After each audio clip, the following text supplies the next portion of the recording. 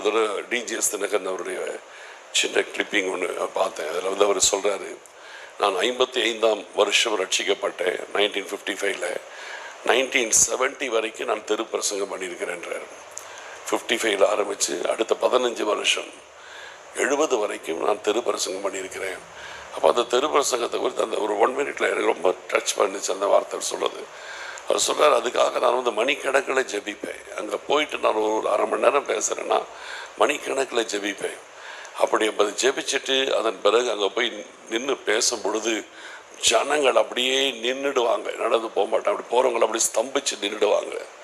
அந்த இடத்துல வந்து நின்று கேட்க ஆரம்பிப்பாங்க. இது ஆவியானவர் செய்கிறது, புரியுதுனா? இதுதான் கிரியை செய்யணும். அது கர்த்தர் கிரியை செய்யணும், ஆவியானவர் கிரியை செய்யணும். அப்படி சில இடத்துல ஜனங்கள் அப்படியே போகிறவங்களாம் நின்றுடுவாங்க. நின்றுட்டு நான் பேசுகிற ஒரு 20 நிமிஷம் பேசுகிறேன், அதில் அப்படியே நின்றுடுவாங்க. சில டைமில் அங்கே டிராஃபிக் பாதிக்கும். அப்போது டிராஃபிக் போலீஸ்கார் வந்து சீக்கிரம் முடிச்சிருங்க சார் அப்படின்னு சொல்லி எங்கிட்ட வந்து சில நேரம் கேட்பாங்க. இந்த நேரத்தில் ஜனங்கள்லாம் கூட்டம் கூடி நிற்கிறாங்க, சீக்கிரம் முடிச்சிருங்கன்னு சொல்லி சில நேரத்தில் எனக்கு சொல்லப்பட்ட சம்பவங்கள் நடந்திருக்குதுன்னு வரும். அப்போ இதுதான் ஆவியானவர் கிரியை செய்கிறது. அப்படி இருக்கும் பொழுது கண்டிப்பாக அந்த இடத்துல ஆவியானவர் தான் இருதயங்களை திறக்கிறவர், ஆவியானவர் தான் ஜனங்களை ரட்சிக்கிறவர், ஆவியானவர் தான் ஜனங்களை இருதயத்தை ஆயத்தப்படுத்துகிறவர், இயேசு கிறிஸ்து தான் ரட்சிக்கிறவர்.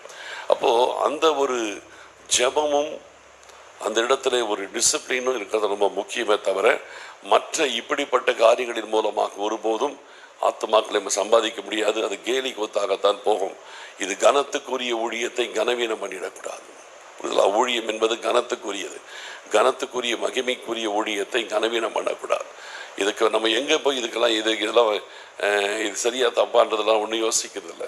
பைபிளில் நீங்கள் திருப்பி பாருங்கள், எங்கேயாவது அப்போஸ்தலர் ரோட்டில் டான்ஸ் ஆடினாங்களான்னு பாருங்கள், யோசிச்சு பாருங்கள். அவ்வளோதான், வேற ஒன்று, இதுக்கு வேறு ஒன்றும் தேவையில்லை. இயேசு கிறிஸ்து தன்னுடைய சீஷர்களை ஆட விட்டுட்டு பிரசங்கம் பண்ணாரா எங்கேயாவது?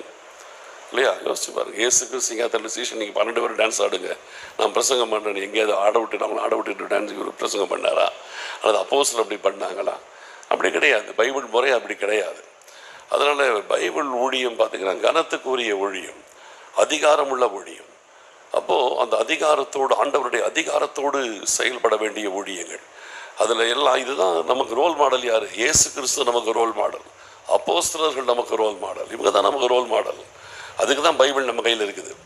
நம்மளாக ஒன்று நம்ம என்ன செய்யக்கூடாது, புதுசாக ஒன்று உருவாக்கக்கூடாது. அதனால் வந்து பைபிள் என்ன சொல்லியிருக்குதோ, பைபிளை நமக்கு முன்னால் போனவங்க எப்படி போயிருக்கிறாங்களோ அந்த அடிச்சுவட்டை தான் நம்ம பார்க்கணுமே தவிர நாம் புதிதாக ஒன்றை உருவாக்க நினைச்சோம்னா அதெல்லாம் சரிப்பட்டு வராது. சரியா?